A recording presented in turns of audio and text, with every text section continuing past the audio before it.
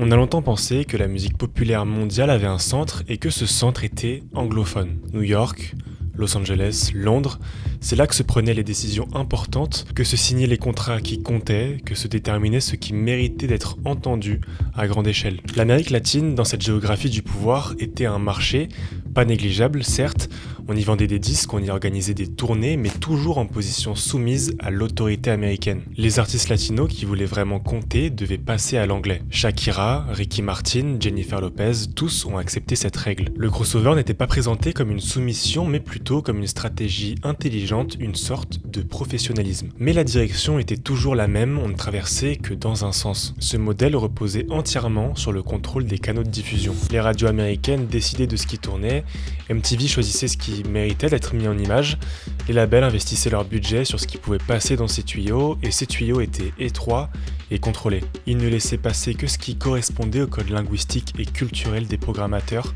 massivement anglophones. Ce système produisait une illusion d'universalité. On croyait que l'anglais dominait parce qu'il était la langue de la musique populaire par nature, alors qu'en réalité il dominait simplement parce que ceux qui contrôlaient l'accès au public imposaient leur propre langue. Le streaming a détruit cette architecture en quelques années. Spotify en 2008, Apple Music en 2015, ces plateformes ne fonctionnent pas comme des radios. Elles mesurent l'écoute directe, elles suivent l'engagement, elles recommandent en fonction des comportements réels des utilisateurs. Et ces comportements révèlent quelque chose que l'industrie savait sans vouloir l'admettre, les marchés hispanophones ne sont pas périphériques, ils sont massifs. 550 millions de locuteurs espagnols dans le monde, 42 millions aux États-Unis, 130 millions au Mexique. Ces populations sont jeunes, connectées et elles consomment de la musique de manière intensive. Désormais, un stream à Bogota génère autant de revenus qu'un stream à New York, et du jour au lendemain, la géographie économique de la musique s'est réorganisée. Bad Bunny ne crée pas ce basculement, il en est simplement le premier bénéficiaire conscient. Benito Antonio Martinez Ocasio naît en 1994 à Vega Baja, à Porto Rico. Classe moyenne, rien de privilégié, il grandit en écoutant du reggaeton, ce genre que l'industrie anglo-saxonne tolérait sans jamais le légitimer vraiment. Daddy Yankee avait sorti Gasolina en 2004, le morceau avait cartonné mais il était resté cantonné. On le passait dans les clubs latinos, sur les radios communautaires, mais jamais en rotation lourde sur les grandes stations pop américaines. Le reggaeton était racialisé, ghettoisé, acceptable tant qu'il restait à sa place. Bad Bunny commence à publier sur SoundCloud en 2016. L'année suivante, en 2017, son morceau Soy Peor explose. Pas à la radio, mais sur les plateformes. Le titre accumule des centaines de millions d'écoutes sans jamais passer par les circuits traditionnels de légitimation. DJ Luyan, producteur influent, le repère et un label le signe, et à partir de là, Bad Bunny va enchaîner les succès jusqu'à ce jour de 2020, où son album El Último Tour del Mundo devient le premier album entièrement en langue espagnole à atteindre la première place du Billboard aux États-Unis. Le classement le plus symbolique, celui qui pendant un siècle a consacré la suprématie culturelle américaine, couronne un album que la majorité des Américains ne comprennent pas linguistiquement. À la fin de cette même année, Spotify annonce que Bad Bunny est l'artiste le plus streamé au monde, devant Drake, devant The Weeknd. En 2021, pareil. En 2022, rien ne change, encore premier. 3 années consécutives. Et encore plus impressionnant, Un Verano Sin Ti devient l'album le plus écouté de l'histoire sur Spotify, toutes catégories confondues. Il dépasse Harry Styles, Taylor Swift, tout le monde. Ces chiffres prouvent que l'audience hispanophone mondiale, quand elle n'est plus filtrée par des gatekeepers institutionnels, génère plus de valeur que n'importe quel autre segment démographique. Bad Bunny joue au Yankee Stadium à New York, 90 000 personnes, 2 soirs de suite, en espagnol. Il génère des centaines de millions de revenus sans jamais avoir chanté une seule phrase en anglais sur ses propres morceaux. Ce n'est pas de l'entêtement, c'est une lecture correcte du rapport de force.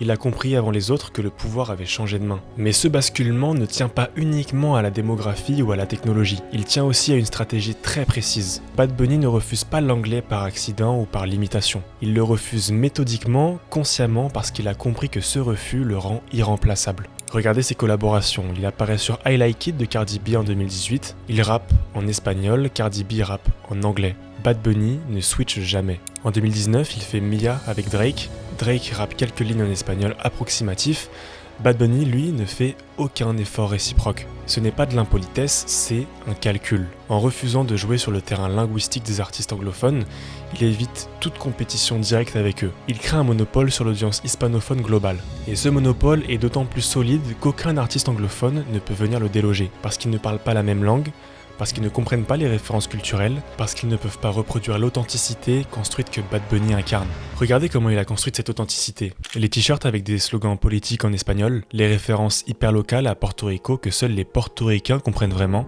les interviews où il refuse de passer à l'anglais même quand les journalistes anglophones attendent qu'il le fasse, il porte des messages pro-indépendance portoricaine, il soutient les manifestations contre le gouverneur, il s'implique dans des débats politiques locaux qui n'ont aucune visibilité en dehors de l'île. Bad Bunny contrôle son image de manière obsessionnelle. Les marques qui veulent toucher l'audience latino passent par lui. Les festivals qui veulent attirer un public jeune hispanophone le mettent en tête d'affiche. Il est devenu le point de passage obligatoire. Ce qui était censé être un handicap, le refus de l'anglais, est devenu son actif stratégique principal. Mais ce pouvoir ne se mesure pas seulement en chiffres de streaming ou en taille de stade. Il se mesure aussi à la capacité de dire non. Et c'est là que la séquence récente devient fascinante. En janvier 2025, Donald Trump revient à la Maison-Blanche. Sa politique migratoire se durcit immédiatement.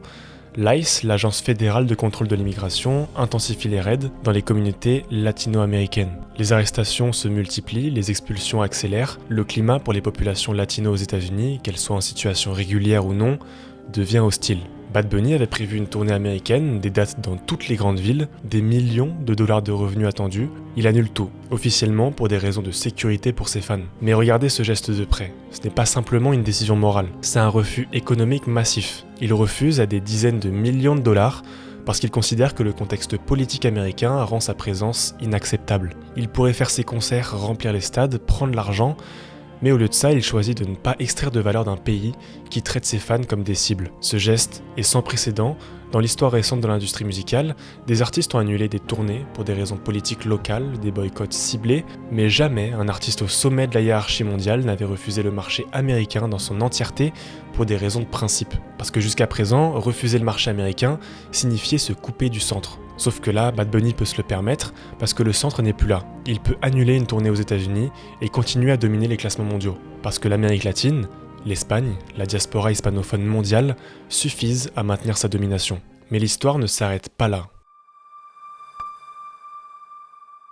Quelques mois plus tard, la NFL annonce que Bad Bunny sera la tête d'affiche du show de la mi-temps du Super Bowl 2026. Le Super Bowl, l'événement culturel le plus regardé des États-Unis, avec 120 millions de téléspectateurs. C'est la performance la plus symbolique qu'un artiste puisse faire sur le sol américain, et Bad Bunny accepte. À première vue, c'est contradictoire. Il refuse de tourner aux États-Unis, mais accepte de jouer au Super Bowl. Sauf que c'est tout sauf une contradiction. Bad Bunny ne rejette pas les États-Unis en bloc.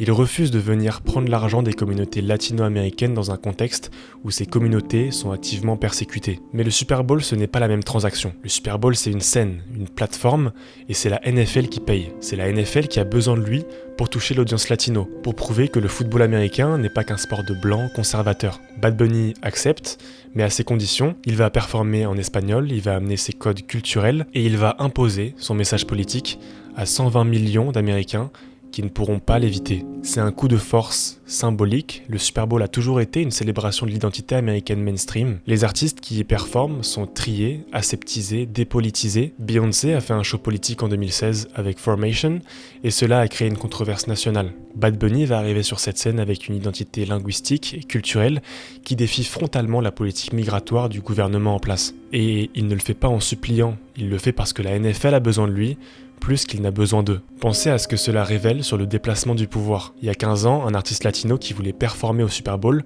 aurait dû prouver qu'il pouvait chanter en anglais, qu'il pouvait s'adapter aux attentes du public américain, qu'il ne ferait pas de vagues. Bad Bunny n'a rien de tout ça à prouver. Il arrive avec son intransigeance linguistique, son identité politique marquée, et c'est le Super Bowl qui s'adapte à lui. Parce que les latinos représentent une part massive et croissante de l'audience américaine. La NFL ne peut pas se permettre de les ignorer. Elle accepte donc ces termes. Cette séquence, annulation de la tournée puis acceptation du Super Bowl, dessine un nouveau modèle de rapport de force. Bad Bunny ne dépend plus de la bienveillance du marché américain pour exister au sommet. Il peut choisir quand et comment s'y manifester, il peut refuser les conditions, les contextes hostiles et conserver quand même sa position dominante. Et quand il accepte de venir, c'est lui qui dicte les règles. Ce que cela signifie pour l'industrie musicale, c'est une redistribution géopolitique irréversible du pouvoir. L'Amérique latine n'est plus un marché d'expansion, C'est un centre de production de valeurs culturelles qui n'a plus besoin de validation extérieure. Les institutions américaines doivent désormais négocier plutôt que de lui imposer leurs conditions. L'anglais, qui était la norme implicite du succès mondial, est devenu optionnel. On peut dominer la musique populaire mondiale sans jamais chanter un seul mot d'anglais. Bad Bunny n'est pas une exception, il est le premier à gouverner depuis ce nouveau centre de gravité. D'autres suivront parce que le modèle est là, parce que les institutions anciennes n'ont plus les moyens de l'empêcher, et parce que la technologie a détruit des verrous qui maintenaient l'hégémonie culturelle anglo-saxonne. Ce qu'on conserve, ce n'est pas un accident ni une mode passagère, c'est une restructuration complète de la géographie du pouvoir culturel mondial.